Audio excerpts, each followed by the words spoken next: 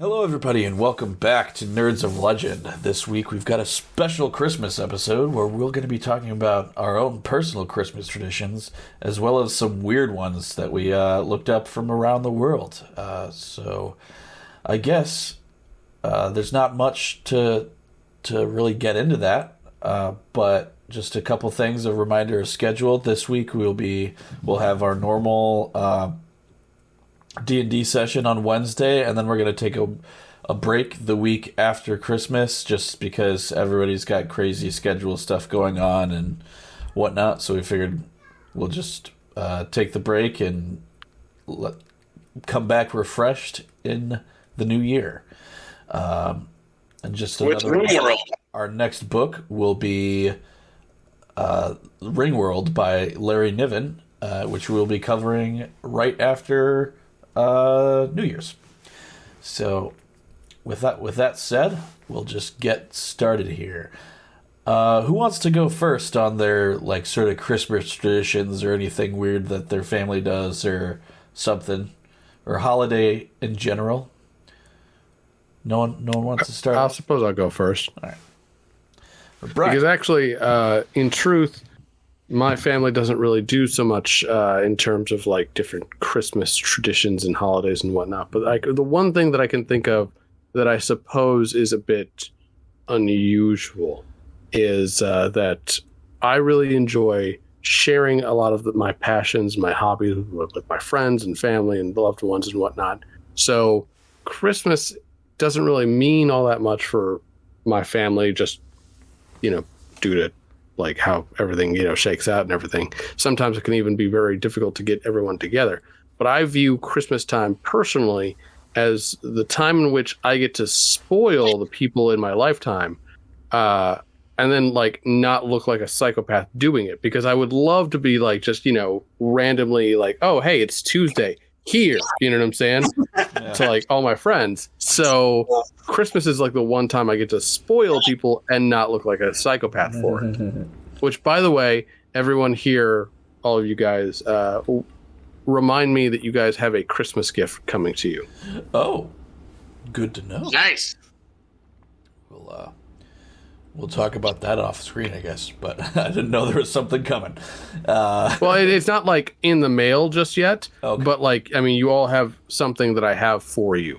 Oh, sick. So I don't know if we want to do that in a future sort of sense, if we all get together sort of thing, or if I should just be mailing it out or whatnot. But yeah. We'll talk about that offline. We can discuss that offline, yeah. But yeah, appreciate that. Mm-hmm. So your thing that you like to do is it gives you an excuse to you sort of use your love language of gift giving to give presents without any questions asked, sort of thing. Because we don't even really drop something on somebody out of the blue. A lot of times they're like, why are you giving this to me? I would do that normally anyways. I have a friend down south who he really liked the honey that I got him from Edward's apple orchard because he got COVID this year, and he had a really hard time kind of getting over it and whatnot. And he was trying all sorts of different things. He was all oh, I really need to pick up some honey because of whatever.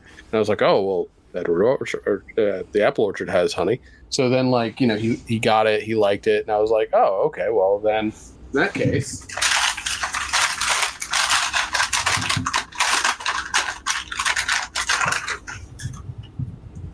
I got him more honey. There you go. Yeah. But I don't want to just send it to him and be oh yeah, just here, Yeah.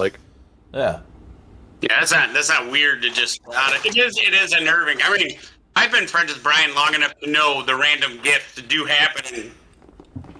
I believe after you taught me how to play D&D, you were here, and that's how I got. You brought me the Die Hard dice set, and I was what? But yeah, you always have been really excited about giving presents. Well, again, I like sharing the things that I like seeing people happy for one, but I also like sharing a lot of the things I enjoy with other people. Yeah. Since Will is not here, do you guys actually want to see what his Christmas gift is? Yeah, let's see it. Yes, I do. All right. Found out Will's watching. Guess that's ruined. Immediately, it's Actually, like, do it. That's a good idea. We should probably check. You've ruined Christmas for me. Well, I think he knows exactly what he's getting because, like, we kind of talked about it a little bit beforehand. But there was a Kickstarter from, what was it, this year? Late last year? Don't remember exactly. I want to say late last year. Called Purryhedrals. And they're dice that are, like, kitties. Oh my God. The So- dice. Cat dice. Interesting. Let's see if I can pull one out here. He's a big cat person, I assume. Sorry? He's a big cat person, I assume. I mean, he liked it enough to be all like, "Oh, I want that," and I'm all like, because like I showed it to him, I was like, "Oh, hey, check it out! I'm a backer for this," and he's all like, "I wish I would have known about that. I would have jumped in on that." And I was like, "Well, you know what? I haven't actually placed my order just yet. I'll order an extra set if you want to like pay me the money." And he's all like, "Yeah, I'd love to do that." And then he was like, because I was like, "You know what? I could just like tell him." That he doesn't owe me anything, and that makes a good like Christmas gift sort of thing. So that was my idea. You got the little. Oh my God. It's like, I see. It's embedded inside the die. That's awesome. Yes, It's like the rubber duck ones. yes. These are the Galaxy Cats because they are like, kind of like space colored, where they're purples and blues and what. Oh, nice. Yeah. Well, in terms of we've got some ground to cover today. So, in terms of Christmas traditions, we don't really do like a whole bunch of stuff either. I think the coolest thing that we always did as like a holiday tradition, not necessarily just Christmas, is every year for as long as like for my family, as far back as I remember. Always Black Friday, you know, like some families, they're out doing their Christmas shopping.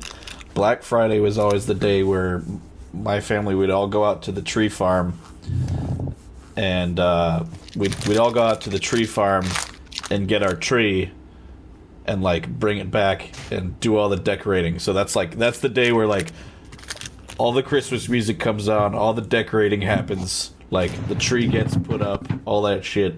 And like then it's all up for all of, you know, all the way through December pretty much. Are you guys real tree people or no? So, funny story. We used to be real tree people. But a couple years ago, I think it was like right before or like the pandemic, my parents we went and got a tree with my parents, and you know, we did the whole thing. We cut it down, brought it in, did all the shit, got it all set up, decorated, and like a couple hours later, like the rest of us had to go home because we had to go. You know, some of us are married and stuff, so we had left for the weekend, and all of a sudden my parents came out and looked in the living room a couple hours later, and they saw these black like spots all up above the Christmas tree. And unbeknownst to us, the Christmas tree had a little spider nest in it. And the nice warm weather woke up all the spiders, so there was this massive spider plague of little baby spiderlings all up on the ceiling. So they like So luckily the tree was like right in front of a window, so they just opened the window and Dad just like basically like hacked the tree apart and threw the pieces outside. So yeah, that was the day where my parents were like, you know what? Fake trees, fake tree, not so bad. That's funny.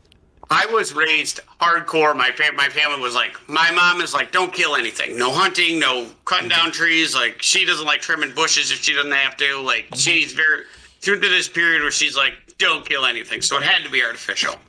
And I just took it for granted. Like, that was part of the Christmas tradition.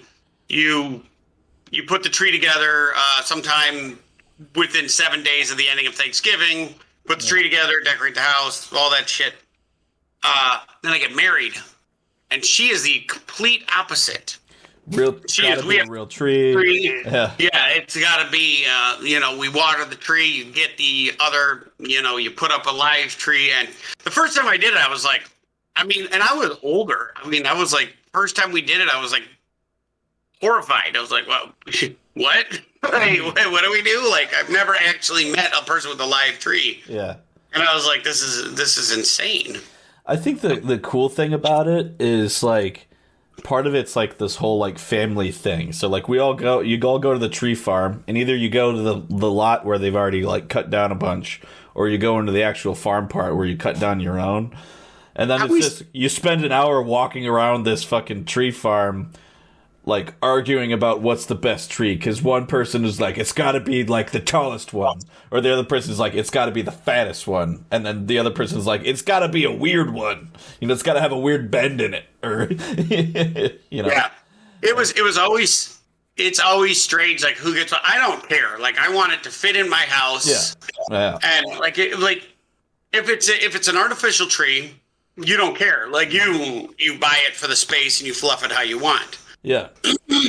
But with the real ones, it's weird. You find some people that now I'm finding all these people that do it. Apparently in the south side of Chicago, nobody has an artificial tree. And some will like take a trimmer and like trim it to the perfect conical shape. Others just let it naturally go crazy. Yeah. And it's just weird. But I've always found like when I decorate a tree, again, I don't have any unique traditions or anything. I am white to the core. We are, if it's on Hallmark, that's our Christmas, except for the woman leaving a $1 million a year job for the guy that sells gingerbread cookies. That was her high school crush. Like that doesn't happen. Some of us have a culture, Joel. Damn. I think no. When it comes to actual Christmas Day, so like my family, I know we did it a little different for like opening presents and stuff. Like my parents were like, they'd meticulously wrap like all the presents. They were up to like 3 a.m. the night before. Like, so like you get up and it is a process. Like mom and dad, like you cannot touch those presents. You cannot touch the stockings until mom and dad have gotten up and had their cup of coffee, because they want you to savor it a little bit. And then like once it gets to the actual unwrapping, we've got to have the camera out, and then everybody, it's one at a time, goes around the room, like one present at a time or whatever, until it's done. But like I know I prefer the one at a time method, to be honest. It's so much like, it makes it a little bit more like, instead of like all the kids descend upon the tree and like unwrap all their presents in like 5 minutes. We always organized a guarantee. We always had a person who, you are the distributor, and it usually fell to the oldest child, or if my family won't shut up, I'll do it. Like I have like when Christmas morning comes, it's like we have a schedule to keep. And my brother Mark was always the one in the morning that would be like, stop talking, I hate your voices here, I'm handing presents out. And then like I would hand them out later. It just becomes, and then that became my job. I would open the presents, open them last, and I would hand them all out. But my brother and I were always the ones that were like, let's get this in a somewhat fashion. My sister, on the other hand, would fall on the presents like a starving hyena and like would just start shredding whatever. Yeah. We have. But my children now understand. My children understand the separating. So like because we've done it so much, and I'm so anal about making sure everybody organized. It's like they'll get together, and I noticed it a couple Christmases ago. All of my children will get there and like read and separate the presents. So now it's like just a process that everybody does, and that's kind of neat to watch it evolve from bedlam from my childhood into. Kind of like ordered chaos. Mine was literally everything stays under the tree except one gift is taken out at a time. You are sociopaths. Your entire family is a family of sociopaths. That's the same thing we have. You are also a sociopath. Someone is designated as Santa. Yeah, and you get the hat. You get the hat, and then that person doles out one present at a time. Yep. And when did your family decide you altogether hate children and fun things?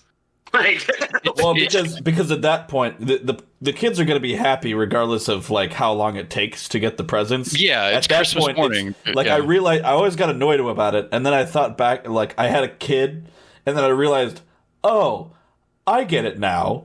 yeah. Because it's like you spent however many hours shopping for presents, you spent however many fucking hours like wrapping the damn things, Yeah. only for like if you just like let it be a free for all, then all of a sudden like all that work is gone in like 5 minutes. But then like if you do it one at a time, all that work you like get to savor it over the course of like however many hours. You're like, this was worth it. It's a presentation. Yeah. So the person who gets the gift enjoys the gift, but the person who gives the gift gets to sort of explain, like, hey, like I found it here for you. I know you like this. So because you slow down the gift giving, everyone sees who It's got like who, chewing your food, and it's like chewing your food, and you laugh. Yeah, I can see the merit of it. Yeah. I'm in Brian's camp of like a person who truly enjoys giving gifts. Like especially, and you know, a lot of the people that go out there, my family, my parents especially, my mom reminds me, she has, with the birth of Elizabeth, has a total of 16 grandchildren and great-grandchildren. Oh damn. So like, she has simplified the process too. I would buy everybody a $20 gift. Screw it. Everybody gets $20, and she just throws them in cards and just like shuffles them out like a Vegas dealer. She's like, "Here you go. Do with it as you will." Yeah. You know. So like, I'll And contrast. it makes sense. Yeah, I'll contrast that to like my wife's family, who they had 10 children. So like, if they did what I just stated, they'd be there all day. And if they wrapped all the presents, still be unwrapping from Christmas. and if they wrapped all the presents, you're looking at like 3 days worth of wrapping presents. So like what they ended up doing, which is like I thought was weird at first, but then I like thought about the logistics and I was like, this is kind of cool. Like every kid, they deck out the basement, which is like where the Christmas tree is, and every kid has like a spot like in the basement, like around the tree sort of thing, where like this spot is like Angela, this spot is Mary, this spot is like, so like every kid has their designated spot where they have this like presented pile of gifts. Like they don't do all the wrapping stuff. Like maybe there's like there's a few like really like nice things that are like under the tree, but like the rest of it, which is like the little stuff, is like in like a sort of like pile presentation, which I was like, it's kind of really cool how they did it, like to to fix the logistics of like having a large family gathering like that, which is cool. It's the end of the turn in Mario Party. You get to see like who gets the largest pile of coins at the end of the minigame. Not that. It's just pretty. They're pretty careful about making sure all the piles are equal, but it's smarter that way, because if you're playing Santa, I always get picked as Santa because I can reach behind the tree and grab the boxes. Yeah. There's an etiquette to being Santa, much like if you're a guy going into a bathroom, there's certain urinals where you don't stand. Yeah. Like if there's two guys, you go to the opposite urinal. It's the same thing. It's like if you pick three, or you don't use the short urinal if you're over a certain height. Yeah. Exactly. So if you can't be lazy about it. You got to make sure there's a rotation. Yeah. Not to completely segue off of that topic, since I know Ben might have seen this with him because he has a son, but I wonder when that etiquette comes in, because my sons, all three of them, would hoist themselves up into the taller urinal the second they were able to get themselves up and over that lip, just to prove they were bigger. Oh, no. And I'm like, it's funny to watch like the etiquette. Like, I know the rules. I'm 6'1", don't pee into the little urinal. But my son, who's like 4'5", is like hoisting himself up on the top, being like, I could go in the big one. You're not a man. Haven't had to worry about that one yet, Joel. I was just more surprised when my kid came home. You see them pulling themselves up by the plumbing to prove they're tall. I was more surprised by the one day when my kid came home from daycare and all of a sudden knew how to like piss standing up. because I hadn't taught him that yet because I didn't want to deal with the mess. It's because he had like a buddy, like one of his like classmates taught him how to piss standing up, and I'm like, I didn't want that in my life yet. Okay. So, can I ask a question about Christmas holidays that really threw me? Okay, so I had my previous marriage. Their family were drinkers. Not my family is completely sober. My wife's family now is completely sober. So Christmas, I mean, my mom will say she's completely sober, but she dumps half a bottle of Bailey's into her cup of coffee like every time we have a family function. Yeah. And then it's like, I can't believe people are drinking. I'm like, you are pleasantly lit. And she's like, how else do you get through the holidays? But you, my family are a hypocrite. they were open drinkers. And it was like eggnog. Like, this is back to classic eggnog was like 2/3 rum, a little bit of nutmeg, and some froth on the top. And that was like, that's eggnog. I'm like, no, that's warm rum. But, and it threw me for a while because like, and when I mean like they were drinkers, all of them were drinkers. There was not a sober, by the end of it, like if you're not slurring and barely able to function, like you did not do it right. Mm-hmm. And they did all their holidays like that, and it was the weirdest thing. They were also from Wisconsin, so I mean, like, what else do you do in the middle of Wisconsin? So, so what's the question? So the question is, like, anybody else have anything like that? Has that, like, the way that people go through their holidays that really, like, turned you around? Sam has something like that. Okay. And it doesn't have to be drinking. It's just like a holiday tradition that really just was, like, threw you for a loop. Okay. Yeah. So Sam is addicted to Christmas movies. So much so that like the day after Halloween, it's like Grinch. And she plays movies in the house like they're Marxist propaganda. You know what I'm saying? So like we will have, like fucking Jim Carrey's The Grinch. It just runs on a loop. Oh my God! There's a tape when you're in bed. It's just playing as you sleep. Yeah. There's like she literally has it going when she's sleeping. No. She'll have the laptop open, and it will be like It's a Wonderful Life, or what's another one that she does like fucking all the time, because like there's a certain rotation to it. So it's not always necessarily the Grinch. You're telling me that 1/6 of the year, your life is a fucking Christmas music playlist? Oh no. I never said that it stops at the new year. Jeez. No. When does it stop? It doesn't. That's a great question. I don't know. No, like Easter, like is it like Mardi Gras happens and then we can stop the Christmas movies, or like? Eventually, she does decide to like hold back a little bit, just a little bit, because eventually we do the Halloween because I like. So that's half of the year's Christmas movies and half of the year's Halloween. Halloween, you get the Nightmare Before Christmas just looped. Because that hits them both. Well, that's why I dig the Christmas horror movies. You know what I'm saying? Yeah. Santa's Sleigh. Has anyone seen Krampus. The fucking new one yet? Violent Night. Are you talking about Violent Night? Yeah. I'm planning we've been talking about seeing it Christmas Day. I need to see it. Yeah. No, I go for things like Gremlins, all the good stuff. The best Christmas movie ever made, Die Hard. Yeah. Hell yeah. Now I have a machine gun. Come on. I don't care who you are. We can all get behind John the Flamethrower and tear us. If you take Christmas out of Die Hard, it stops being. It's not the same movie anymore. It stops being a Christmas movie. There's this great meme I saw. It's like leave a pair of shoes and cigarettes in your air ducts for John McClane on Christmas Eve. Yeah, it's Get like together, come out to the calls, and have a laugh. Have a few laughs. because That's all. the whole thing is like he's coming back to L.A. to make up with his ex-wife. No, he doesn't come back to L.A. So he's like home for He Christmas. goes out to finally. L.A. for the first time Yeah. because his wife got a job out here, and he got invited to a Christmas party.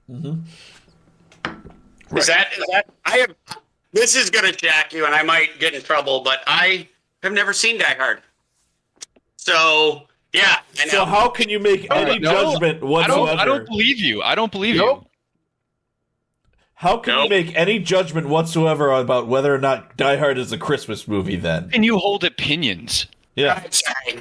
I'll get off here. I apologize for everything. No. Leave. You are going to Leave. stay right Out. where you are, sir. Okay.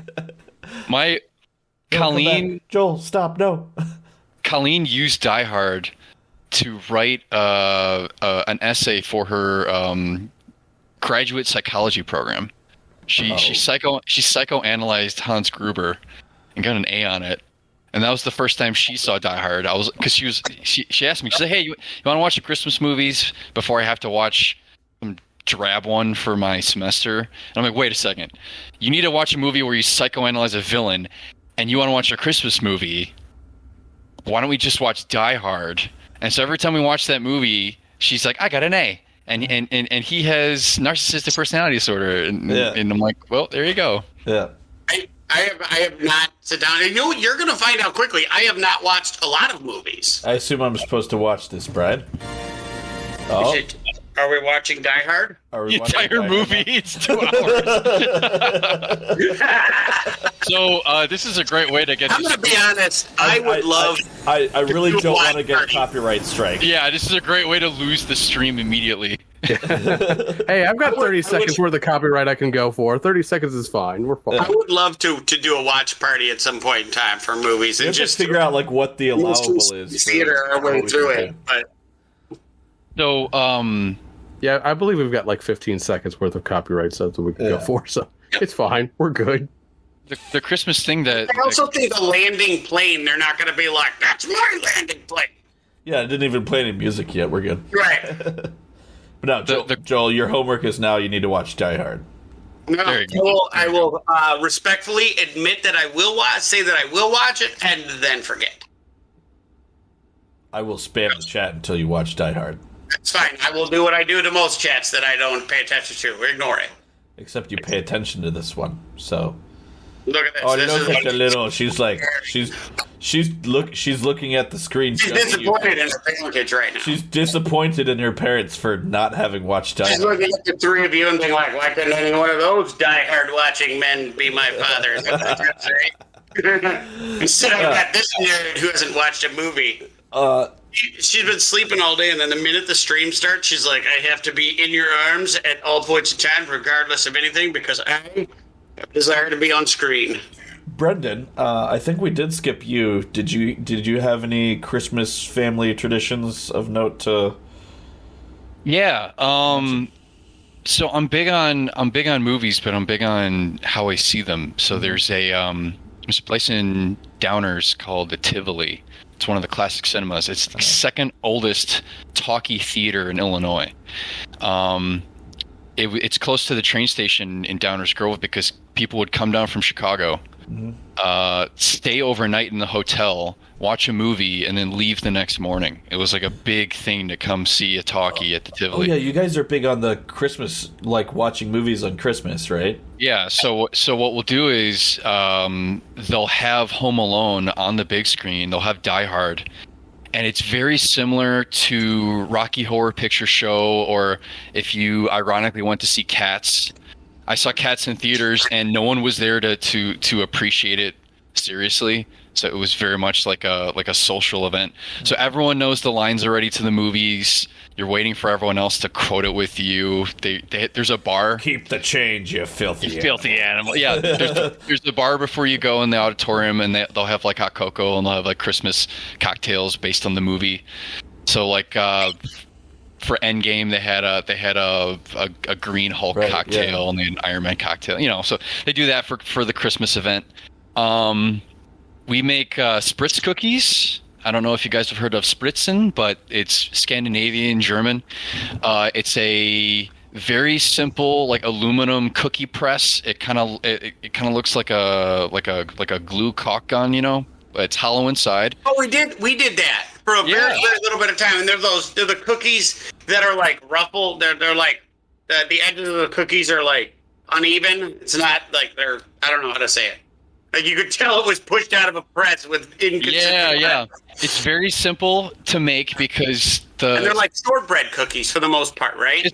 It's exactly like shortbread because Spritzen dough is just like a ton of butter, so that it's like delicious Play-Doh because it just it cooks. Which I think in my life I've made exactly with all the time. My mom did it for a while and then just forgot the tradition. I think I've successfully baked 7 cookies, but eaten absolutely like close to 300 pounds of dough. Yeah, there's no yeast. It's all butter based because it's just supposed to be able to go through the press really easily. So you have like different attachments for the ends. So you can have like reindeer, or you can have like you can make snowflake designs with it, and it's malleable because it's buttery. So you can make designs with the cookies. They're only like yay big, like at like maybe a little more than $50, or you know, and you just dollop them out on a sheet, and they cook in like, I don't know, 8 to 10 minutes because, you know, they're that small and there's just butter in them. They don't rise. So you're just churning these things out. You're making like 40 a pop and filling boxes with them, or tins. Like you guys know the tins that came with three flavors of popcorn. That's when we stopped making them, is when Mom started finding them. Yeah. And then they would buy them, and the only one that would eat it was my father. And I never cared. I never cared for the cooked ones, but the dough, I'll tear that shit apart. A lot of our Christmas is designed around the stomach. So we made the Spritzen cookies. There's this chocolate company in the UK called Terry's, and they have this thing called the Terry's Chocolate Orange. Yeah. Where it's just spherical. The pieces of chocolate are like an orange. They sort of glue it together with a piece of molten chocolate at the bottom, and they wrap it up. Yeah. And you impact it on something like the table to break the orange open and eat the pieces. Now, I presume in England they just have these around, but like an orange flavored chocolate too. It's orange flavored chocolate. They put like peel in it or essence or whatever, and then they have raspberry ones. But because we had such a process for our Christmas, like you go to the stocking first, you empty the stocking, and then, okay, so I'm done. Now my brother goes, he empties his stocking. Then we move to the tree, and then someone's Santa, and then I can't give 3 gifts in a row to the same person. I have to distribute the gifts, you know. It's the whole pomp and circumstance to it. So we'd always wait for the Terry's Chocolate Orange in the stocking, and that's like our appetizer for the rest of the big presents, you know. So weirdly enough, stockings was the only part of the Christmas thing that was a free-for-all for my family. Okay, a compromise. Like you can rip apart the stocking with the presents. You know? Okay. But anyway. The stockings came from that Night Before Christmas poem, right? No. That's I think stockings almost predate the original like Saint Nicholas thing. So here's the thing: the tradition of stockings precedes tradition, and it's preceded by utility. Yeah, your stockings would be gross because you're walking around in snowshoes. You don't have car transportation. You hang them in front of the fire to dry your dookie ass socks. Yeah, so that was sort of married to the the pagan traditions like Saturnalia and stuff that had guest appearances by Jesus. So once Christianity made it itself with the Christmas events, stockings are more of just around the same time of year, and so that's how they sort of, the idea of stockings got mated with the presents. Yeah. I believe if you guys take a look at the Call of Cthulhu RPG, specifically over here, they have a particular book where I believe it's the Malus Massatorium. Basically, it's like the Call of Cthulhu books for, the different like deities and the different, it's like a big bestiary sort of thing. Yeah. And I have a book over here real fast. Go ahead and talk amongst yourself real fast. But I believe if I look at it over here, let's see here. But Yeah, we're just very much about Colleen and I are very much about stories. I mean, she minored in theater. We both do theater, so we always have. It's sort of a Dickensian Christmas. We always have some bird, some goose, or some turkey that we make on Christmas Day, and that's a cover. Yeah, that is something to look at. That's trippy. Yeah. So let's see here, and I did a little bit of reading last night because I wanted to be prepared for this. This is the second volume of the two-volume like slip set sort of thing. So this one details like a lot of the great old ones and gods and whatnot. Here we go. Yeah. So Christmas is a Cthulian god, where it just kind of like evolves and absorbs. Like Christmas is a god and whatnot. Yeah. Exactly. Interesting. Very interesting. Oh, yes, of course. Like it just like consumes the other holidays. Yes, that's what it does. So according to the rule book, like it's official sort of thing. Yeah. It makes sense though. It's kind of it's an amalgam. It's like this massive gestalt of different beliefs. For some, into it's one Yule. time of the year. For others, it's Samhain. For others, it's Saturnalia. For others, it's I can't think of all the other ones, but Kwanzaa Wait, and yeah. Samhain. What are you talking? That's like Halloween. Samhain? You're talking about Yule. Yeah. wait. So You started rattling off holidays and Samhain aligns with Hallows Eve, and then Yule aligns. Oh, really? with- Okay, my Yeah. bad. Yeah. Oh, it's all so I spoke. it was me and Brendan are on your fucking shit. We're all like, wait, what is he saying? the my bad. wasn't pagan it, the pagan like- student association had great pizza. So, let me understand this is what the Call of Cthulhu book is saying is that Christmas is a sentient entity eating up all of the holidays throughout the year, slowly but surely. That's why we're no. saying lots of Thanksgiving except for the day. Not quite. See, the thing about it is that Christmas has evolved to becoming something akin to Azathoth. So it's no longer really aware that it's doing it, sort of thing. It just It's does. just doing it. Well, I don't know if you, I know Ben does, but I don't know if the rest of you watch TikTok or anything. But there's that TikTok going around about how Santa Claus is an American god now. Yes. Oh, we had that whole thread about it. Yeah, because, well, it's true because it started out as just a simple reference to a saint, and I want to say the first reference was the night before Christmas, and then it has evolved into this like omniscient character that knows what you're doing at all points in time and can magically, mysteriously appear in your house and generate whatever gift you want, or punish, or decide whether you've been good or bad. So Saint Nicholas has been connected to Halloween for a long time. Yeah. I believe. Halloween. Sorry, the Christmas. You Did I always say have that? a wild Halloween to Christmas. Like it just your Oh, house sorry. is free for all. Saint Nicholas has. it's been not his. connected- It's not his I've been- fault. has It's been not your fault connected. because not enough people put respect in the name of Thanksgiving. That's why the veil has just bled over because the buffer holiday that is Thanksgiving is holiday diminishing.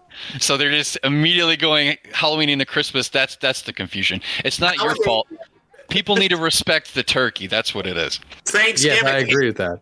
Thank you. Thanksgiving is a holiday that used to be 24 hours, and now it starts at 12 and ends at 4.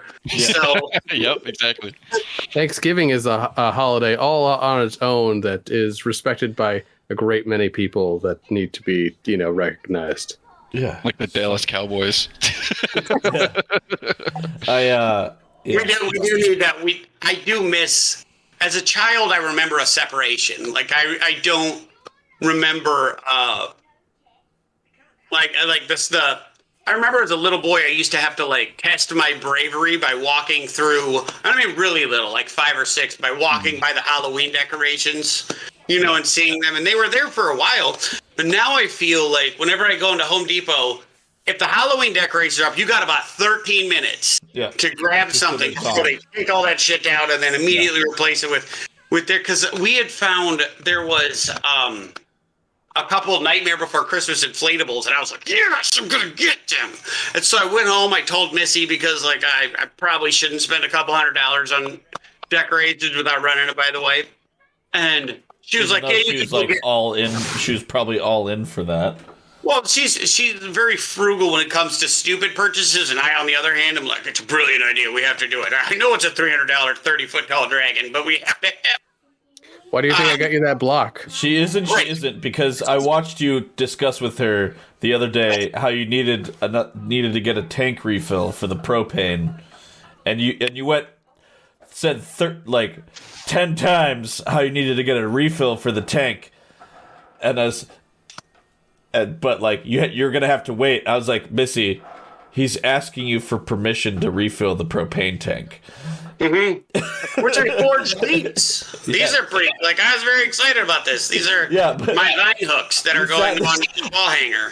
like you going back and forth is like Missy was like, yeah, go for it, I don't care. And then you're like, but I don't get paid until this day. And I was like, Missy, can Joel go refill the propane tank? And she's like, yeah, absolutely. Yeah.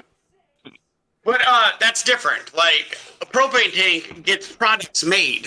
Like, I forged. yeah, I don't know. I think I've got a couple kukris I've made, some kitchen knives, and a bunch of hooks. And now my next project is I'm forging a skeleton hand, which I'm very excited for a couple gifts I plan on giving out. Yep. So, I mean, that's a functional gift. A giant inflatable Jack Skellington doesn't do shit. It just stands there and then topples over in mild winds. Before we started talking about how Halloween and Christmas had become like sort of like one close to the other with no room for Thanksgiving in between, I was trying to say that St. Nicholas has been a tradition that has been connected to Christmas for a rather long time. You sure he's not connected to Halloween? We're just verifying here for the listeners. Are you I'm sure? just saying that I'm being wrongly persecuted for saying the wrong holiday. No, I think you've been fairly persecuted for saying you've the been wrong fairly holiday. persecuted. Are you? To be fair, Ben, I'm sure St. Nicholas was proselytizing during what would traditionally be considered Samhain. He just didn't get hot until the end of the year. Bishop, so Yeah. Yeah. No, we've been fairly calling you out that you've been saying Halloween. I think you've got it on your brain still, is what Anyway. you're. I mean, as he should have. I mean, I personally, yeah, I love Halloween. I love Halloween more than like fucking Christmas or any other holiday. But, like, Halloween to me is like special because like I was raised crazy religious. Like I never got to do any of it. So like if I could get my kids like 7 days of costumes, be like, you're changing every hour on the hour. I'm like, I'm gonna do it just because it's vicarious. It's all my own. Like I so like get up and get a better costume. You know why? Yeah, I need it. Yeah, Joel, you mentioned earlier, like, do you guys have any booze related traditions? I have the complete absence of booze related traditions. I have the midnight mass with the candle and the paper thing to keep We the did wax that from one for a falling while. off. We had eggnog with nothing in it, you know. Which is disgusting. the The only thing grosser than naked eggnog is making plum pudding, like a Christmas pudding. What the hell is that? I don't know if you've ever had to work with suet. It's Yeah, my called- mom used to feed it to birds. Like it's essentially just fat. It's so gross. It's really, really gross. Yeah, Colleen and I being all into fiction and history and whatnot, we tried making a plum pudding. I'm sticking to birds. I'm sticking to a goose. Suet is not fun to work with. It's very. It doesn't even sound like something fun to work with. It's very. It's fat. It's very fatty and gross Yeah. and. You literally boil fat until it like forms these weird like not lattice selling things, it and then you together. scoop them out. It's still disgusting. Yeah. Yeah, so instead what I do is instead of boozing eggnog, we have wassail, which is like spiced cider that you keep on low heat. Or wine. Or wine. Yeah. We just never grew up with it in my household. Now with Colleen around and myself, there's certainly more booze in Christmas than there used to be. So you just cut your wassail with something or put some Baileys in the coffee and whatnot. The funniest is like, and it's a trope through all the Christmas movies and like the Christmas comedies, is the one family member who never gets the memo. They're like, we don't drink during the holidays, and they come pre-bent. Like Yep. that's all. Like you can sneak it in like a normal person. Don't come pre-cocked. Then And you wonder if that person was like, the only way I can face these people is if I am fucking shithoused. I just remember one Christmas my sister rolled in and she was like, "All right, we gonna open presents." She had a very when she drinks, she has a very sing-song voice, and that's how you know she's inebriated, because she has this lilting cadence to her. And have you been drinking? No, I haven't drank anything today. Well, then you got apparently struck by lightning because something's going on. But it was always entertaining. Yeah, let's since we've talked for almost an hour about our personal, like, some weird stuff. Like let's move on to some of the weirder traditions that we've come across, because ours are not weird. Ours are shockingly, Tame. traditional and lame, and Tame. I would go so far as to say more Caucasian. So I've got one from the Iberian Peninsula. I have one from Sweden. Ah, yes. I've got a few options. let's start with Brian, Okay. because he had mentioned one that I was like, screw the rest of this. Let's hear it. Yeah. So, how do you guys feel about Christmas arson? Christmas arson. I feel we've been underperforming in America for a long time. I guess. Oh, yeah. It's because Whatever we're a it country takes born of Puritanism. Whatever it takes to stay warm, Brian. That's what I always say. Well, you guys may be familiar with a particular item that's been cropping up in a lot of like hobby stores over the last few years, sort of thing. You'll see it like a little straw, like goat sort of thing, and a lot of people don't realize what the significance of the straw goat is exactly. Because over in Sweden, they have a much larger straw goat that they place right in the town square. Like they erect it, and then at the end of the year, after Christmas is over, to the new year, they sacrifice the straw goat, and like it's supposed to like stave off the apocalypse sort of thing. So And it's massive. I think I've seen a picture of it. It's huge, right? it's not- huge. Yeah. Okay. It's absolutely, like, it's huge. It's like a 2-story fucking building all on its own. Like they really go all out with this thing. And every year, without fail, someone tries to burn it down early. And most of the time, they succeed. So much so that, and this has been going on since 1966. I have an article here from The Verge where, let's see here. Who is it exactly who says this?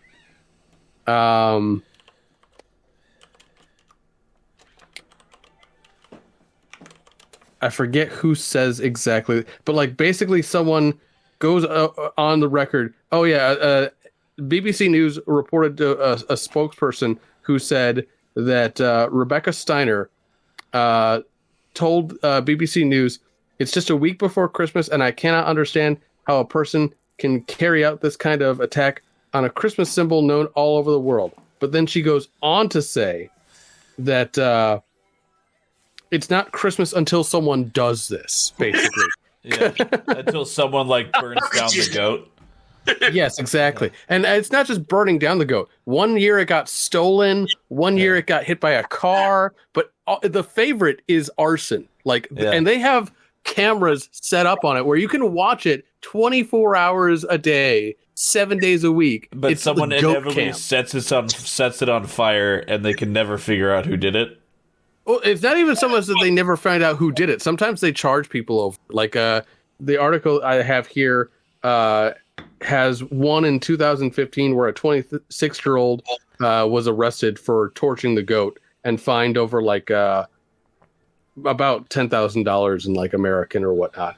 But yeah, so like I mean, they catch people doing this. But that doesn't stop people because when you establish that there's a tradition that you have to do to stave off the apocalypse, people are naturally going to want to do that. So is this the Yule goat tradition in Sweden? This is the Yule goat tradition in Sweden. And like people will like launch flaming arrows at this. They'll go full Viking with this shit, or they're just like burn it down like Yeah. any means necessary. According to an article that I read, this is probably one of the oldest Christmas traditions that's still out there.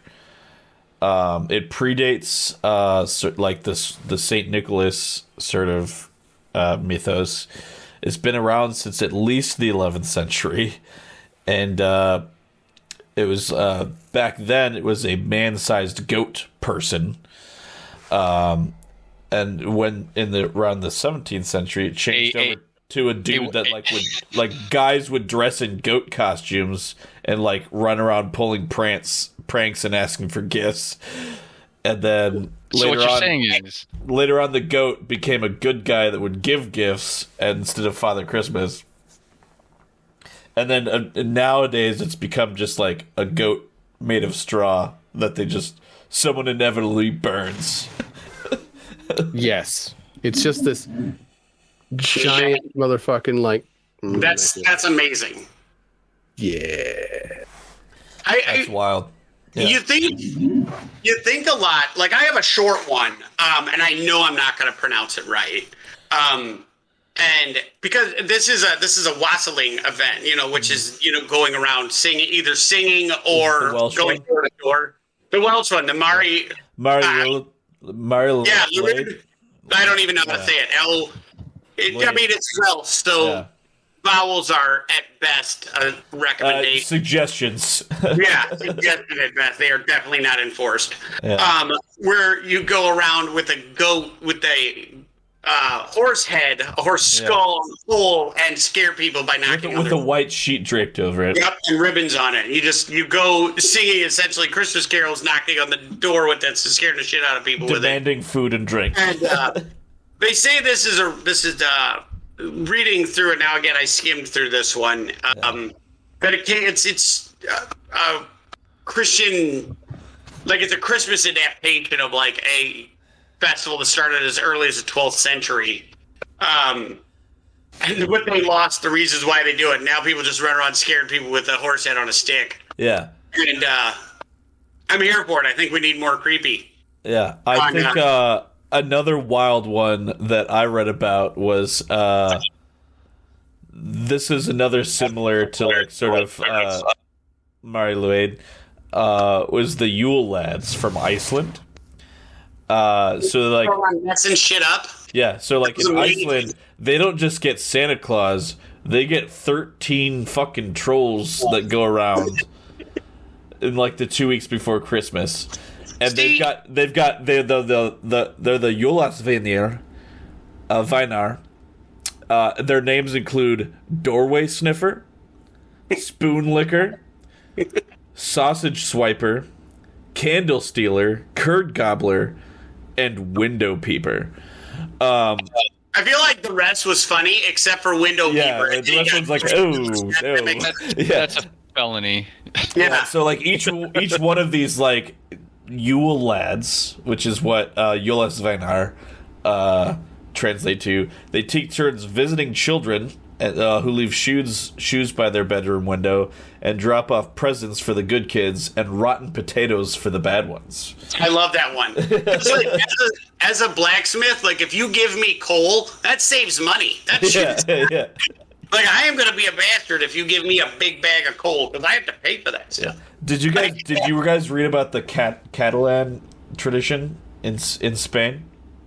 The pooping log? The pooping log and the pooper. Where they feed the kids like nuts and berries and until Christmas and then it craps presents out. Yeah, I'm curious when this one first started happening, but they have the Kaganer, which means the pooper, which is a peasant figure that is like just fucking laying cable. That people sneak into nativity scenes is like this fucking peasant dude like squatting and dropping a fucking deuce, and apparently there's this entire like Catalonian like website where you can just like purchase various like celebrity figures and like cartoon figures just like fucking taking a shit that you can buy as nativity figures. What? Yes. Yeah. I looked this up. Like you could get like Donald Duck and like Betty Boop in like all kinds of shit. Just like fucking.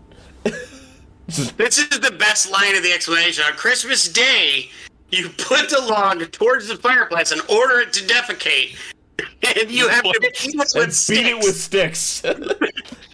It's just a ground pinata. Yeah, it's a ground pinata. But it's actually a solid log. It's a solid thing. And then during the night, it craps presents out. So I'm sure all of you guys watch anime, right? Yeah. I don't know if you're like anime purists or you watch like Netflix anime. Dubs, not dubs.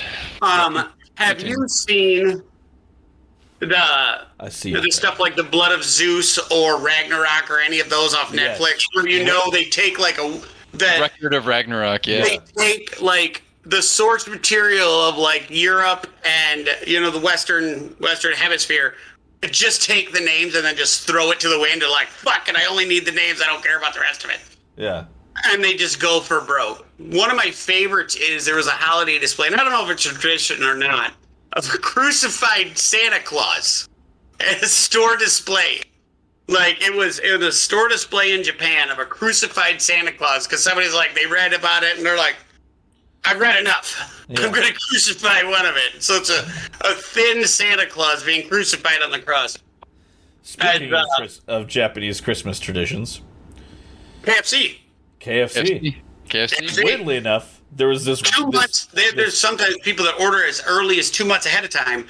Because you have to. It's like you can't. It's like you have to. It's like getting a freaking turkey on Thanksgiving. You can't. Dude, and I kept wondering how KFC stays around because like we have Popeyes and Cane's Chicken and all that other stuff, and you're like, that's so much better. Now I know Christmas sales. That's how they stay alive by all of Asia being like, we're gonna use KFC at Christmas time. Yeah, because for one, it's like one of the few places that doesn't close, and for another thing, it's like you don't really celebrate Christmas much in yeah, they have. It's like why. What is it with? Isn't there some like weird tradition with like Chinese food on like Thanksgiving or Christmas or something? I don't remember what it was, but they go get duck on Chinese at Chinese restaurants. I don't remember where it came from. Smiling at us. I have a family that gets Chinese food on New Year's, but I have friends. I have friends who are of the Jewish faith that go out and get Chinese on Christmas, so they don't have to cook because most places are closed. Right? Yeah, that's what it was. Like because they're like it's the only other place that like stays open on Christmas because they're like, yeah. I'm okay with that. I like. For one of my least favorite of all American traditions is like the potluck style food. Yeah. And it's like it's not bad, but it's like you get the people that think they can cook, and they always bring the most, and you're like obligated to try it. And it's always the person that you're like, you have questionable hygiene methods. Yeah, like I'm not sure if like this has been left out. Yeah. Or like they don't wash their hands before because you're like, I'm pretty sure that smudge on your face has been there since last Christmas. Yeah. And they always bring like the biggest thing or the main course or somebody touches it and like stop fingering the food. Yeah. There's a serving fork for a reason. Yeah. She's relaxed. She's just kicking it. Oh yeah, she's very comfortable right now. And she's a happy baby. She's very good. This is an interesting one that I read about. It's the tradition of spider webs with Ukraine, which this is based around a sort of Christmas folklore tale, where there's a poor widow her and her kids cultivated a Christmas tree from a pine cone, but couldn't afford any decorations. But then on Christmas morning, they woke up and their tree was blanketed in cobwebs, which the sunlight transformed into gold and silver. So nowadays, the trees like in Ukraine, they decorate the trees with little spider ornaments called pavushki and little fake spider webs, which is probably the origin of tinsel. So like it is like where like tinsel came from. That'd It's be like, cool. Yeah, That makes sense. Yeah. it's like I read that one. It's like that's rad. Like like You can actually buy the Christmas spiders in crystal and whatnot here. See, that's awesome. Have you not, like, in looking into a lot of these, I just thought it was weird stuff because I knew the stories of, like, the pooping log and putting presents in shoes and shit like that. But, like, Christmas is a lot creepier everywhere else, it seems. well, Like, they really kept, like, some kind of, like, a spooky, like, a little bit of a creepy element to it. And then in America, we're like, no, we got a happy fat guy that watches you all the time of year and brings you presents. Yeah. That's it. You tell me that that's not creepy? He's some guy who's just like watching you all we have the year. we have a creepy weird like pedo guy that only dresses in red all the time. No. I don't know why he just. Well, he doesn't have any like downsides. Like he's just like he's a voyeur. Like he's a voyeur that doesn't really. He dips in your cookie collection. Yeah. That's it. And according to I have to get it out. Don't worry. according to the Playboy magazine of the 1980s, he also diddles the easy neighbor, in their cartoons. So that's the only time you read it for the articles. Remember that, kids. So this was another interesting one that I read about in Sweden, which is it's not like a long-standing tradition, but apparently in Sweden since the 1960s, which is around when they like TVs got like regularly available throughout Sweden. There was a Christmas special called Kalle Anka och Hans Vanar Oscar Godsjul, which is Donald Duck and his friends wish you a Merry Christmas, where apparently 40% of the population of Sweden tunes in like clockwork at 3 p.m. on Christmas Day to watch this very specific Christmas special. And I can't get my kids to sit down and watch Rudolph, the Reagan Bass ones Like, now. at 3 p.m. like it's to the point where the entire day is planned around sitting down and watching this one show. Like that's wild to nostalgia. me. That's like, nostalgia done right. Yeah, right? You know what I mean? Like everybody in the entire country sits down at the exact same fucking time and watches Donald Duck and like a Donald Duck's holiday special from fucking 1958. Like, Is that that's got to be like the most successfully viewed thing? It's got to be like the Super Bowl and then that Donald Duck thing. Yeah. Because like honestly, it's crazy because I can't. I get excited. I remember my Christmases is like Rudolph the Red-Nosed Reindeer, Frosty the Snowman, all those like the stop motion Rankin Bass shit. The best is The Life and Time of Santa Claus, and if you don't agree, you're a terrible person. Yeah. Are you talking about Here Comes Santa Claus? No, it's called The Life and Times of Santa Claus. It's a very obscure one of how Santa Claus was left in the middle of the woods and raised by immortals who then gave him the mantle of immortality to be the spirit of Christmas. Yeah, I've seen it. I had to go hunt it down. It's really dumb and has nothing to do with Christmas in any way, shape, or form. But he was raised by these immortals who then are like, they're just watching him get old and bust his ass to try to deliver these presents. And then they're like, we could make him immortal. And at the end they do, but he's like 91 when they do it. So he's perpetually old. The problem now is that, he has to contend with the Kurgan. Yeah. Yeah. So And then he has to fight to the death. Just has to cut the head off. there's another interesting one, which I think we brought up when we were talking about this either last week or 2 weeks ago, was hiding the pickle. It comes from Germany. That's your family tradition. We have that.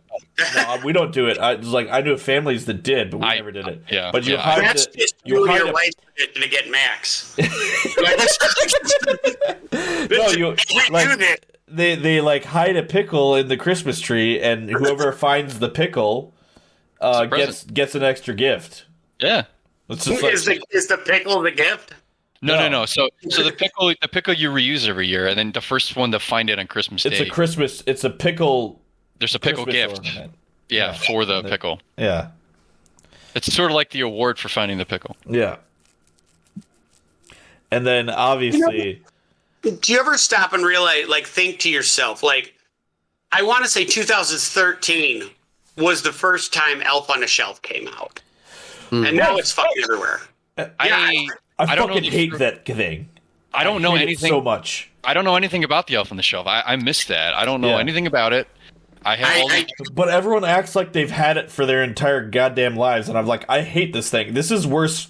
This is worse than Sorry, Santa and his naughty It list. was 2005 because it was stupid because of the book. Yeah. Okay, so 2005. But these people sent like the start of the tradition came from these people writing a children's book that they sold an elf with. And that became like now it's all of my children, which I unfortunately I was hoping to skip it because he doesn't like it, but like my boys are like, we love Elf on the Shelf, and I'm like, it's fucking terrible. I hate the goddamn elf. Yeah, but it's your child agreeing to. It's like it's literally indoctrination to get your child to be okay with the idea of mass surveillance. What? Yeah, probably. I mean, you're not doing that with the Tooth Fairy, and you're not doing that with Santa Claus and all that other stuff. Like, right. But like Santa Claus is like Santa Claus is this like amorphous thing. Like he knows when you're sleeping, he knows when you're awake, he knows if you're bad or good. That's something that I can control because I can be like, oh yeah, I told Santa that you're naughty today or whatever. You just don't like viewing angles. Like you could be like, but hey, like Elf on a Shelf is this physical reminder that he's watching you. Yes. And he's reporting back to Santa, and you cannot touch him, or you will rob him of his magic, and he can't go back to the North Pole, and you won't get any presents. Okay. Elf on a Shelf doesn't matter if you're Christian. Yeah. That's why we didn't have it, because God's already there. Yeah.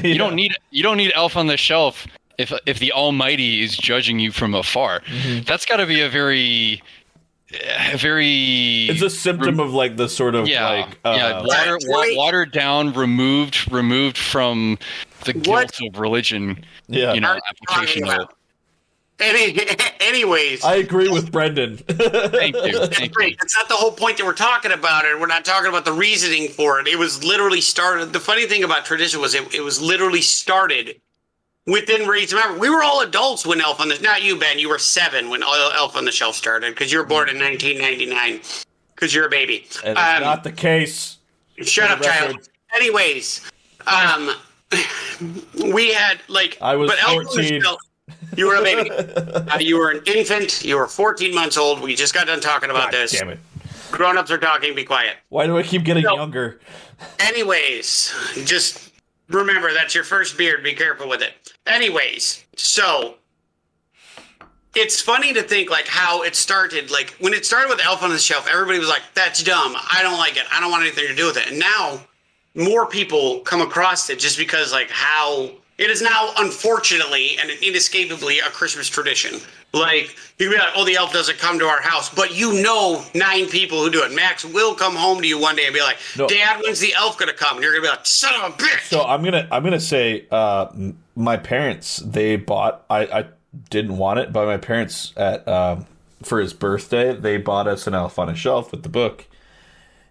And Max got freaked out because he watched the Elf on a Shelf movie where if you touch the elf, like the elf loses its magic and you get in trouble and you don't get any presents. That was the funniest pieces when and then Leo was trying to explain to me how like it doesn't work that way. I was like, Leo, like I get what you're saying, but like that's not the way my kid's brain works. In the story, yes, it does say you touch the elf, like it'll lose its magic.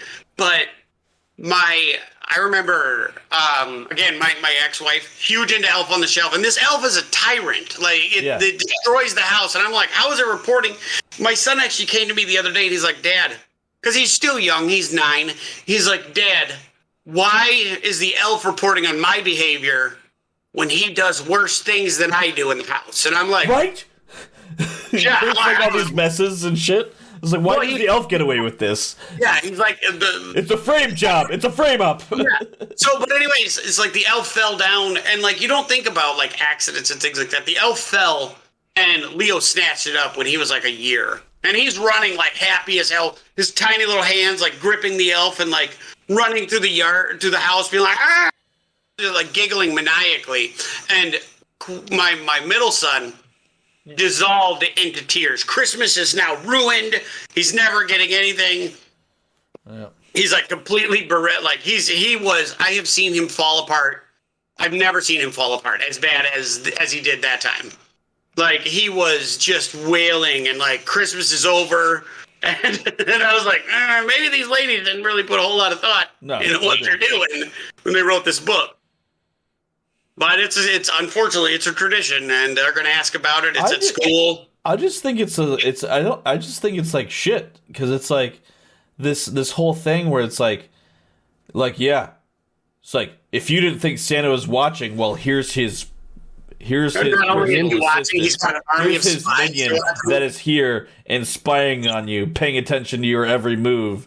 So, and don't you dare touch him, because then you definitely won't get any presents. I'm half suspected that it was it's a group of like exhausted mothers that are like, I need to figure out a way to get my kids to be good for at least a couple more weeks, and they're like, I know, I'll make this. Like, I feel like when Max is misbehaving during this time of year, all I have to do is threaten to call Santa, and he's like, no, I'll be good, I promise. That is the waspiest shit. Yes. That's like Snuggies and gender reveal parties and Waspy. You're saying Catholics can't do that boring ass shit? hell no. That is nothing. We have a that is submission. nothing in the that pales in comparison to the massive numinous monstrosity that is Catholic guilt. Elf on the Shelf is nothing. That is nothing. That is a pittance compared to the omnipotent observer. Omnipotent, omnipresent, omniscient God that is Elf on the Shelf is Wasn't Pablo Escobar Catholic? I'm just saying, like, yes, this is true. I think Al Capone was also Catholic. Like, I'm just saying, like, apparently Catholic guilt has some limits when it's hit with shitloads of money. Yeah, but they I guess they weren't sufficiently dosed with that fucking Catholic guilt serum to like be in order to behave. Yeah, that's true. So it's not systemic. Brian, you guys want to know what? Shut up. We don't care about Catholic stuff anymore. Go. Do you guys want to know what I read to Misty on Christmas? What's that? I read to her The Legend of Candy Claus. Oh, that's adorable. That is cute.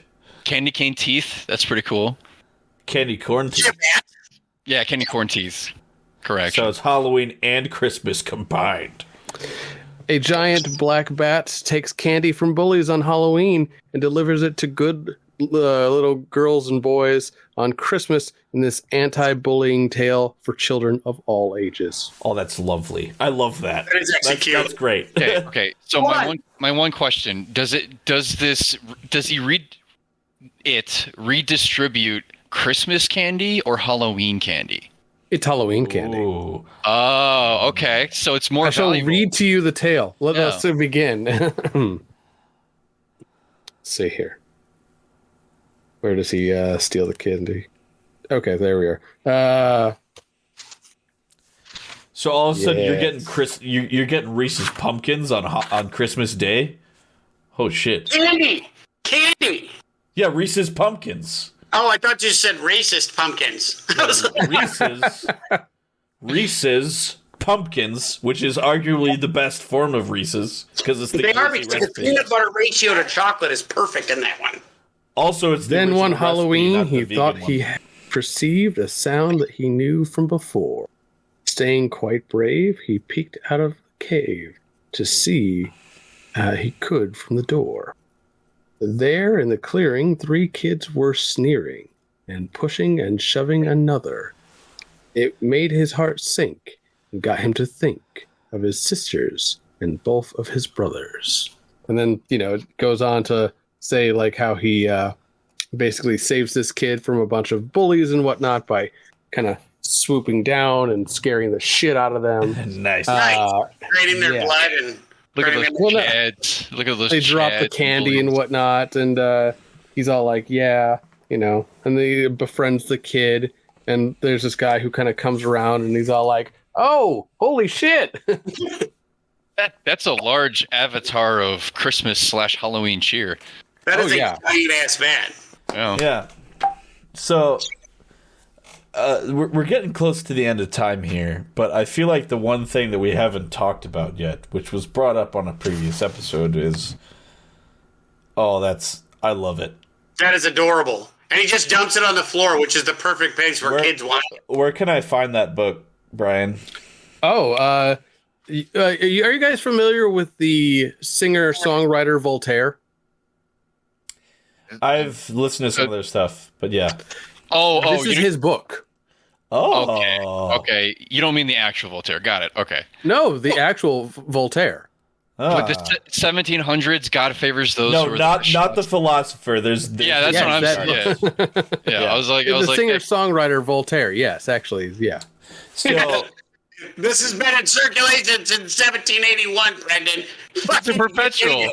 He's a perpetual. He needs to be beheaded to die. Yeah. so He goes back in time so that he can, die for your sins. is that like a Barnes and Noble special, or I'll leave out some absinthe for Voltaire on Christmas morning. Let's see here. If I'm not mistaken, I believe that you guys can actually. You know what? Hold on. I'll put in the link, and you can kind of like start. Yeah, so I feel like one of the biggest traditions, which is like in opposition to a lot of our American traditions, which I think it's looked at a lot, is Krampus. The Anti-Santa. The anti-Santa, yes. The anti-Santa. That which is there to punish the wicked children. It's a original folklore originating from Austria. If you're a naughty kid, you're like as if missing presents wasn't bad enough. If you're an Austrian kid and you end up on the naughty list, you got to worry about Krampus, which is basically a horned goat man that catches misbehaving children in his wicker basket. Is basically Santa's like enforcer, tough guy. Yeah. So he's like shows up. Like they would kids with like fucking willow. Is it willows or a switch, a willow switch? Yeah. Whips kids having with had a sticks. willow as a child, that shit hurts. Yeah, and It's like very springy. and then Yeah. like stuffs them in his like basket, and like if you're really bad, he takes you home for dinner. What I want to know like, is when that legend started. Like, was it just some like angry old cannibal who just like, what happened to Timmy? Krampus got it. What? Well, you don't know about Krampus? And that's how he like keeps his larder filled every year by just being like, these 6 kids were terrible. What I wonder is if it always Krampus is just kids? a holdover of like sort of another pagan tradition that like we've just like lost record of because of the. I guarantee we have a record of it. I will go to Google and see.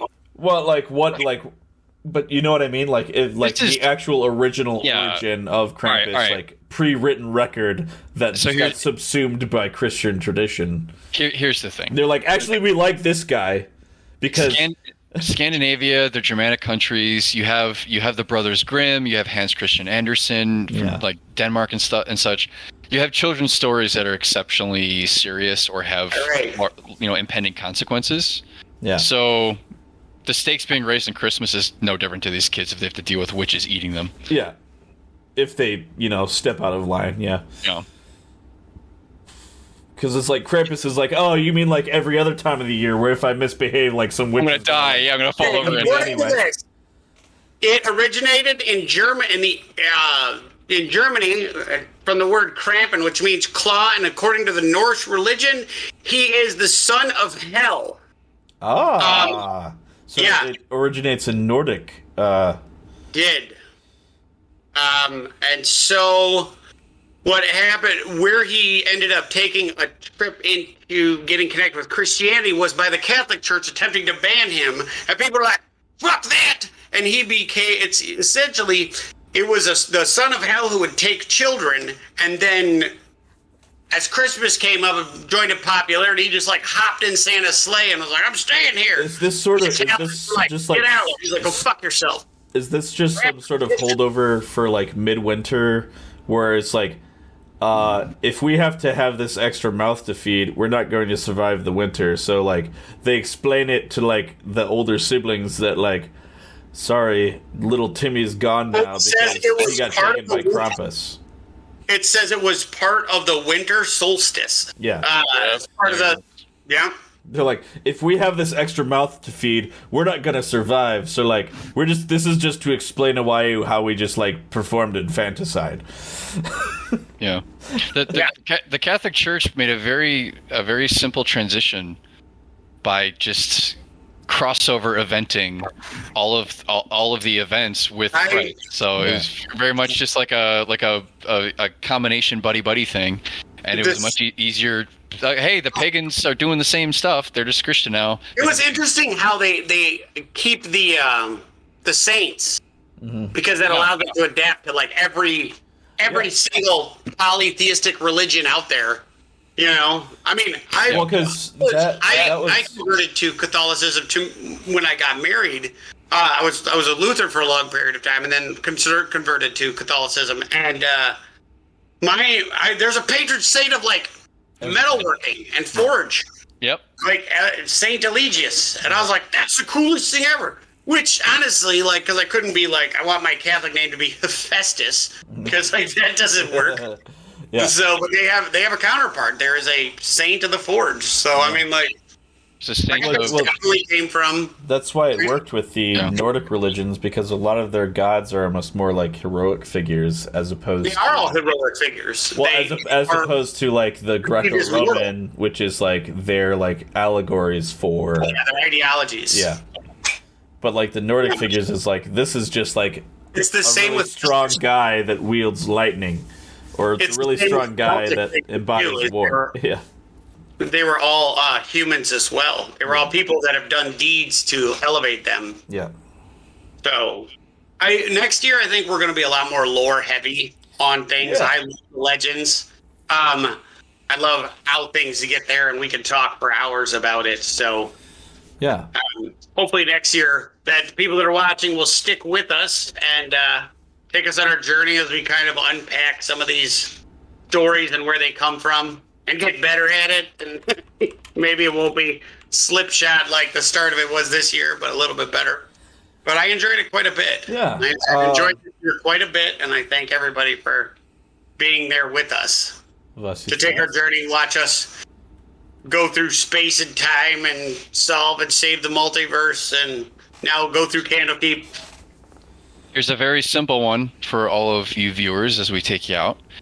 In Spain, they have uvas de la suerte, or lucky grapes. And when you reach the new year, upon every ring of the bell as it hits midnight, so every 12 chimes of the bell, you eat a grape, and it will give you a year of good luck. That's it. Uvas de la suerte. That's a good one. You know, nice we didn't really talk about not crazy, not ridiculous. Nice New Year, nice and simple. So, I think that's kind of the end of our sort of what we had decided to discuss today. So we'll just kind of wrap it up here. Thanks everybody who was watching. We hope you enjoyed our. Everyone about to spam eat grapes. Yeah, Eva, that's right. We hope you enjoyed our little holiday special. We enjoyed sharing our own family Christmas traditions with you guys, and getting into some weird global ones. And again, tune in tomorrow if you want to catch another episode of Wednesday. If you want to catch us on our next installment of Candlekeep Mysteries, where I continue to mentally torture our hapless PCs.